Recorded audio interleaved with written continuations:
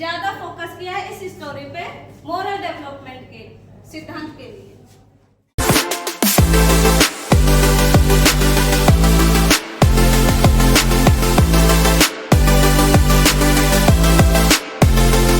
Hello दोस्तों, good morning. Welcome back to my channel Vivek Lakra blogs. कैसे हैं आप लोग? आशा करते हैं कि आप लोग ठीक हैं, हम भी ठीक हैं। और हम जा रहे हैं कॉलेज और आज हमारे ग्रुप को प्रेजेंट करना है। जो ग्रुप टीचिंग चल रहा है वो कंटिन्यूअस है और चल ही रहा है। और आज हमारा ग्रुप है ग्रुप ए, तो उसमें हम भी भाग लिए हैं। तो चलिए मिलते हैं कॉलेज में। सो आप लोग वीडियो में लास्ट तक बने रहिए और वीडियो को पूरा देखिए। और अगर आप मेरे चैनल में नए हैं तो मेरे चैनल को ज़रूर लाइक शेयर सब्सक्राइब कीजिए और नीचे दिए गए बेल आइकन को ज़रूर दबाइए। तो चलिए दोस्तों, आज का क्लास में मिलते हैं आप लोग से। आप लोग बने रहिए लास्ट तक। आज हम लोग ग्रुप ए जो Kohlberg's moral development of theory represent कर रहे हैं। ये जो डेवलपमेंट थ्योरी है, जो कोलबर्ग्स, जिसको हम लोग कोलबर्ग्स थ्योरी के नाम से भी जाना जाता है, ये जनरली जो मोरल डेवलपमेंट थ्योरी है ना, ये सबसे पहले अप्रोच 1920 में जीन पियाजे के द्वारा किया गया था। तो अगर जीन पियाजे ने 1920 में सिर्फ अप्रोच किया था, तो वो क्या किए थे कि मोरल डेवलपमेंट और कॉग्निटिव डेवलपमेंट दोनों को 4 सेक्शन में रिलेट करना स्टार्ट कर दिए, जिनका बहुत ज्यादा कॉन्स निकलने लगा। प्रोज भी होते हैं, कॉन्स भी होते हैं, कॉन्स बहुत सारा निकलने लगा, जिसके चलते वो लॉरेंस कोलबर्ग थ्योरी, जो पूरी मोरल डेवलपमेंट थ्योरी पे बेस्ड था, वो लॉरेंस ने लिया था। और ये जो थ्योरी है मोरल डेवलपमेंट थ्योरी, जो नैतिकता विकास के नाम से जाना जाता है, मनोवैज्ञानिक थे और वे शिकागो विश्वविद्यालय और हार्वर्ड विश्वविद्यालय के प्रोफेसर थे, जिनका जन्म 25 अक्टूबर 1927 को ब्रॉन्क्सविले न्यूयॉर्क में हुआ था। कोलबर्ग नैतिक विकास के सिद्धांत की ओर अपना ध्यान केंद्रित करते हैं और इसमें यही उन्होंने बताया है कि बच्चों में नैतिकता और नैतिक तर्क कैसे विकसित होते हैं और वह समाज के संपर्क में आकर अपना विकास कैसे करता है। जैसे हम लोग बचपन में स्कूल जाते थे और स्कूल में अपना जो भी चीज़ सीखते थे, जैसे क्या गलत है क्या सही है, सारा चीज़ हम लोग स्कूल में जाकर सीखते थे। उसी प्रकार परिवार से सबसे पहले हम लोग शुरू किए। परिवार में बच्चा क्या सही है गलत है उसको सीखता है। उसके बाद समाज के संपर्क में आने के बाद वह समाज में वही चीज़ों को फिर से सीखता है कि क्या सही है और क्या गलत है। इन सबको लॉरेंस बर्ग ने अपने 3 भागों में इसे बांटा है।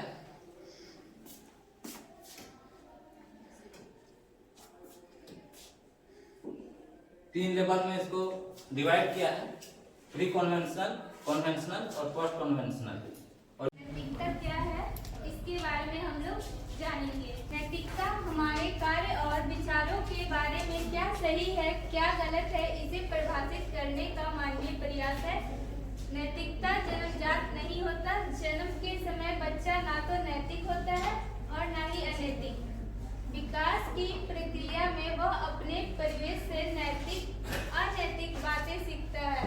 जो व्यक्ति अपने सामाजिक मान्यताओं के अनुसार आचरण करता है वह नैतिक और जो उल्लंघन करता है वह अनैतिक माना जाता है। लॉरेंस कोलबर्ग बहुत सारे स्टोरीज को प्रेजेंट किए हैं, बट ये जो स्टोरी है इस स्टोरी को ज्यादा फोकस किया है इस स्टोरी पे मोरल डेवलपमेंट के सिद्धांत के लिए। एक व्यक्ति थे जिसका नाम था खिंच, ठीक है। उसकी एक वाइफ थी और बहुत ज्यादा बीमार थी। उसकी बीवी को चाहिए था एक दवा।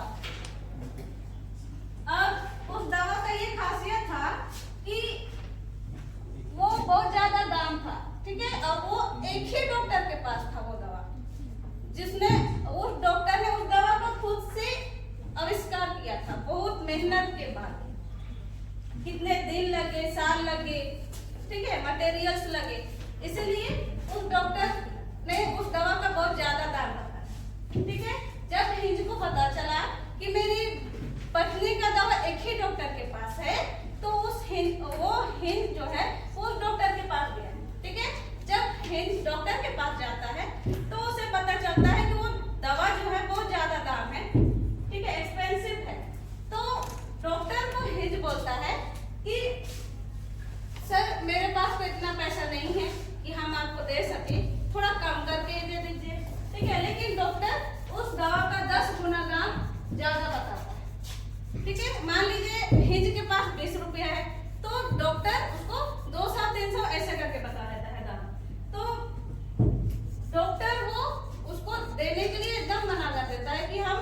इतने साल इतने मेहनत के बाद इस दवा को बनाए हैं, तो हम आपको कैसे दे दे इतना कम दाम?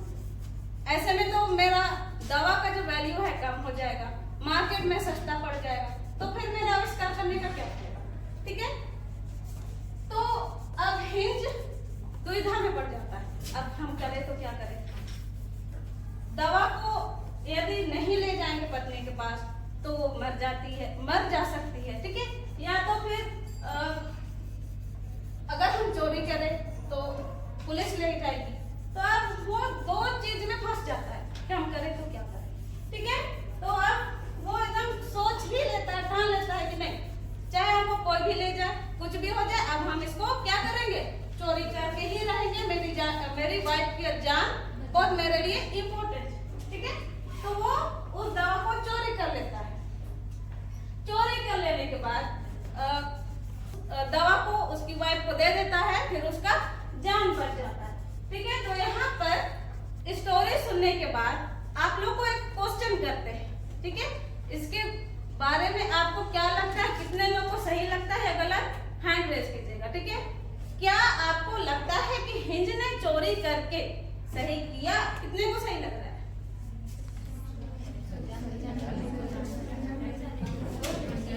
और गलत कितनों को लग रहा है? किसी को भी नहीं, जिन्होंने हैंड रेज नहीं। तो ये जो हैंड रेज नहीं किए ये सोच रहे हैं कि पता नहीं ये सही है या गलत। ठीक है, तो यहाँ पर इसमें जो दो पार्ट आ रहे हैं, मोरल डिलेमा और मोरल रीजनिंग। ठीक है, ये जो पार्ट है ये आपको प्रतीक्षा मैम के द्वारा बताया जाएगा। मोरल डिलेमा, जैसे कि आपने सुनीता मैम के द्वारा सुना कि हिंज कैसे दो दुविधा में फंस जाता है कि वो चोरी करे या फिर वो चोरी ना करे। तो ये जो दुविधा में वो फंस जाता है उसको हम लोग बोलते हैं मोरल डिलेमा, नैतिक दुविधा।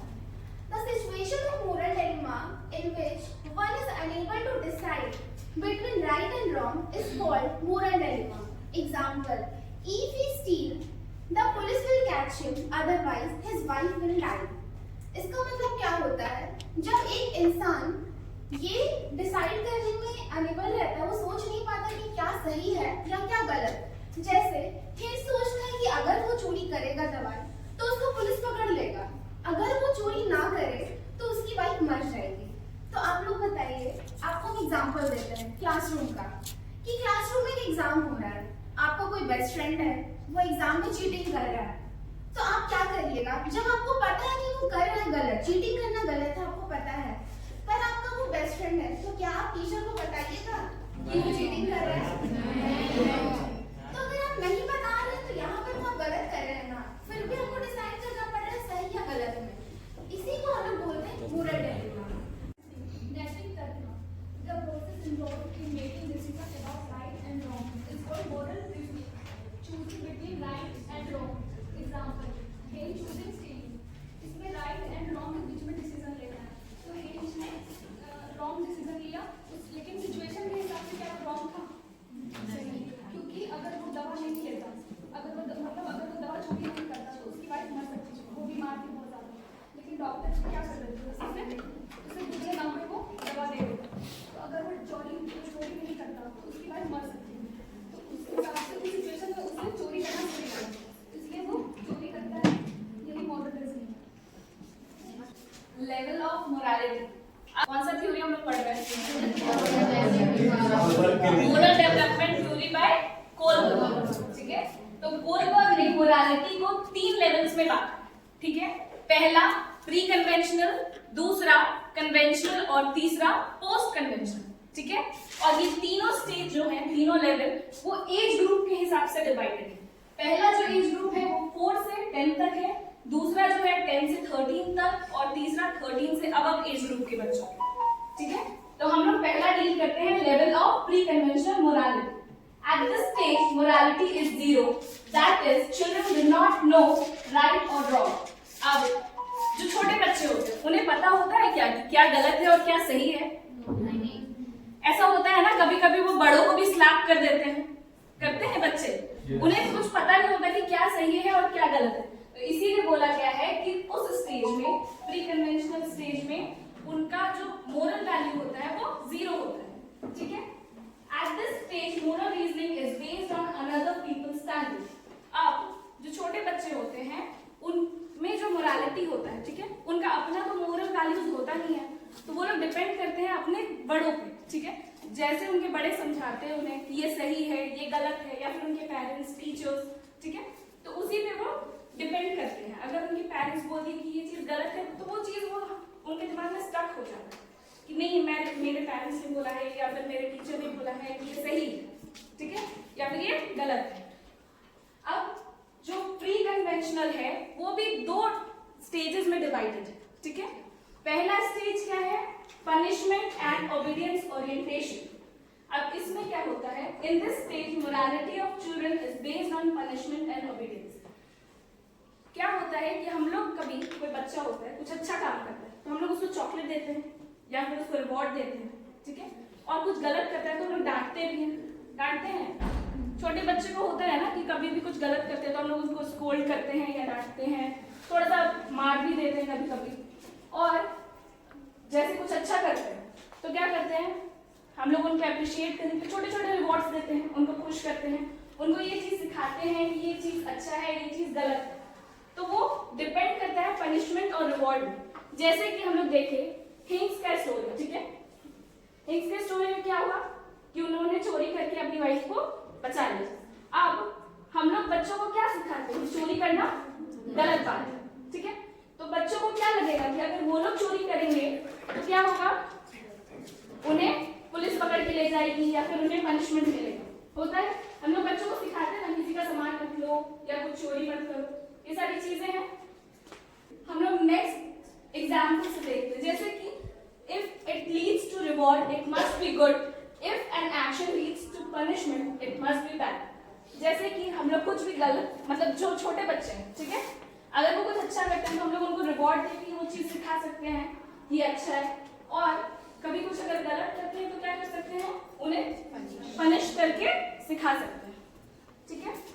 अब जो नेक्स्ट स्टेज है वो क्या है? इंस्ट्रूमेंटल रिलेटिविटी एंड ओरिएंटेशन, ठीक है।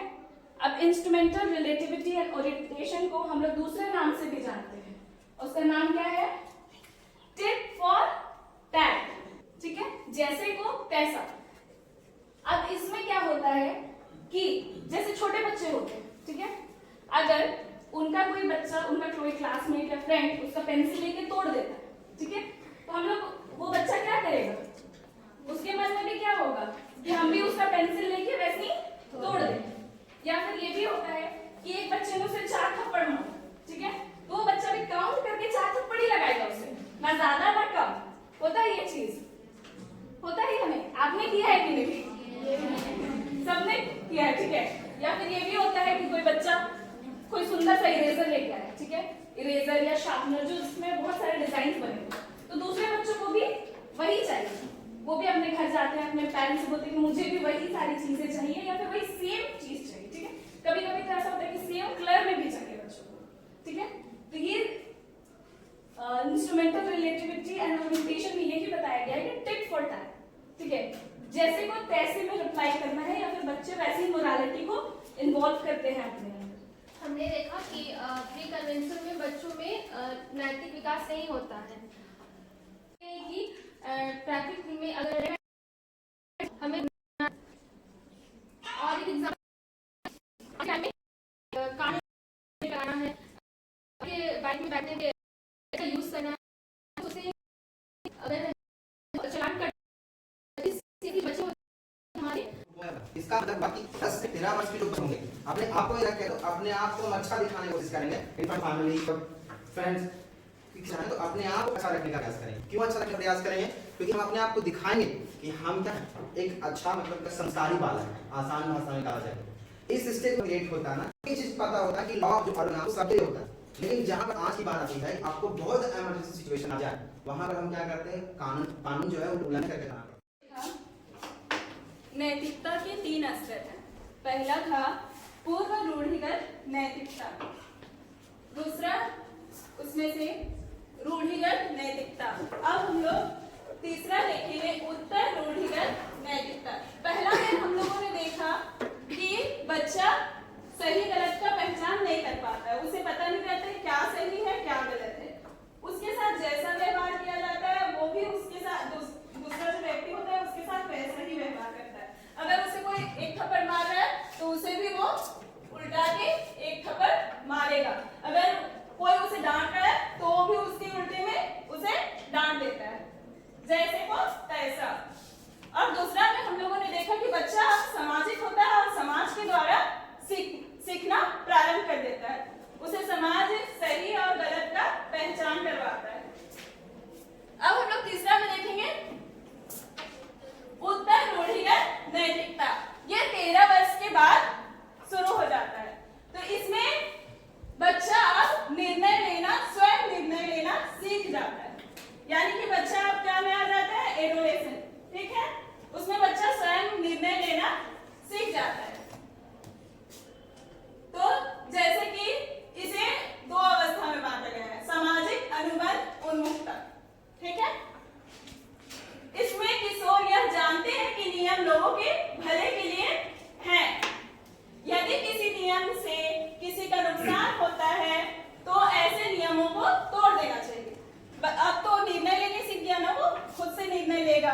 तो इसमें क्या किशोर जानते हैं कि नियम लोगों के भले के लिए है, लेकिन अगर उससे किसी का नुकसान होता है तो उसे क्या करना चाहिए, तोड़ देना चाहिए। जैसे कि हिंज की कहानी में सुनीता मैम के द्वारा जो हम लोगों ने हिंज की कहानी सुनी, उसमें बताया गया कि हिंज क्या करता है, चोरी करने का निर्णय लेता है, क्योंकि वो भी 13 वर्ष के बाद का ही था, क्योंकि उसका शादी हो गया था। तो 13 वर्ष से पहले तो शादी हुआ। हर कोई को वो अच्छा नहीं लगता है, कोई बोलेगा हमें ज्यादा हो गया, कोई बोलेगा मसाला ज्यादा हो गया। तो वही है जो कोलबर्ग थ्योरी बनाया गया है कोलबर्ग के द्वारा, लॉरेंस कोलबर्ग के द्वारा। तो उनमें भी बहुत सारी ऐसी पहलुएं थी जो नहीं बताई गई विस्तार से। तो उसको जो नोटिस करने वाली थी वो कैरोल गिलिगन थी। वही एक महिला थी जो इस थ्योरी को ज्यादा पढ़ी और उसको जो भी इसमें जो कमियां थी उसको निकाली। और इनके द्वारा कमियां निकालने के कुछ पहलू हैं। जैसे एक था कि जो लॉरेंस जो थे, लॉरेंस कोलबर्ग, उन्होंने जो जितनी भी स्टोरियां दी अपनी, जो डेलिमास जो दिया, दुविधा वाला जो स्टोरी बताया, उसमें क्या था कि वो बस अपना जो मोरल वैल्यूज को जो दिखा रहे थे वो बस उसमें लड़कों को पुरुष वर्ग को ही उसमें मेंशन किया हुआ था, लड़कियों को उसमें नहीं किया गया था। उसमें तो वही दिखाता ना कि जेंडर बियास, जेंडर वाइज उसमें बस पुरुष को प्राथमिकता दे रहा है और महिला लोग को नहीं कर रहा है। तो इसमें उनको ये चीज इस बात को भी लेकर वो आलोचना निकाली। और सेकेंड था कि जो होता है कि जो पुरुष का जो नैतिक होता है वो एक होता है क्या, जस्टिस के तरफ। जैसे अगर हम लोग माता पिता को देखेंगे तो माँ होती है केयरिंग, पिता होते हैं जस्टिस को लेकर कि हाँ ये चीज करना है वो करना है। माँ होती है कि सब चीज को सोच के, बाप मार रहा है तो माँ क्या बोलेगी, ज्यादा मत मारिए अपना बेटा, है ना, क्या है, केयरिंग है ना। लेकिन पापा बोलेंगे कि गलत किया हमको इसको मारना है, क्योंकि नहीं मारेंगे तो नहीं सुधरेगा। तो वो सब चीजों को लॉरेंस ने एक्सप्लेन ही नहीं किया कि हाँ ऐसा होता है, क्योंकि दोनों पहलुओं में अलग अलग होता है। महिला का जो जस्टिस होता है, महिला का जो नैतिक विकास होता है केयरिंग के बेसिस पे होता है, और जो पुरुष का होता है वो जस्टिस के बेसिस पे। और एक तीसरा है कि वो कल्चर बेस्ड इस चीज को एक्सप्लेन नहीं कर पाए। जो मोरल विकास होता है वो कल्चर से भी होता है ना। जैसे बंगाली लोग का देखिएगा, उनका कल्चर अलग है, तो उनका जो नैतिक विकास होता है अलग तरह से होता है। हम लोग का जो झारखंडी है वो थोड़ा अलग होता है कि यहाँ ये चीज गलत है तो गलत है, ये चीज सही है तो सही है। तो या तो फिर कभी कभी ऐसा होता है कि कुछ चीज सही भी होता है तो हम लोग उतना खुलकर नहीं बोल पाते, क्योंकि हम लोग को बचपन से ही कैसे सिखाया गया कि हाँ बड़ों के सामने ज्यादा नहीं बोलना है, होता है ना। तो इन सब चीजों को जो कोलबर्ग थे वो एक्सप्लेन नहीं कर पाए थे, तो उसी को कैरल गिलिगन ने ये क्रिटिसाइज किया था। So we are on the last point of our chapter. तो इसमें हम देखेंगे कंक्लूजन, एक बहुत ही शॉर्ट रिवीजन करेंगे इसका। Through the above lines, it is understood that making right and wrong decisions by a person is called morality, which Lawrence Kohlberg has divided into 3 levels and 6 stages. अभी तक हमने जैसे कि पढ़ा है कि कोलबर्ग ने अपने तो मॉरल डेवलपमेंट्स की डिवाइड करके और स्टेजेस ऑफ मोरल जो हेल्प मोरल स्टेजेस इट्स इस तरीके से जो आता है कि बेटा आपको ये चीज गलत नहीं करनी है, तो बच्चा उस चीज को पता चल गया कि ये चीज गलत है और ये चीज सही। कॉम्प्लेक्स का देख कॉम्प्लेक्स अगर वो chocolates and cookies mummy papa को बिना बताए कर खाएगा तो उससे क्या होगा कि उसकी मम्मी नाराज हो जाएगी, तो वो यहाँ पर पेरेंट्स के कि नहीं, अगर वो ये एक्शन लेगा तो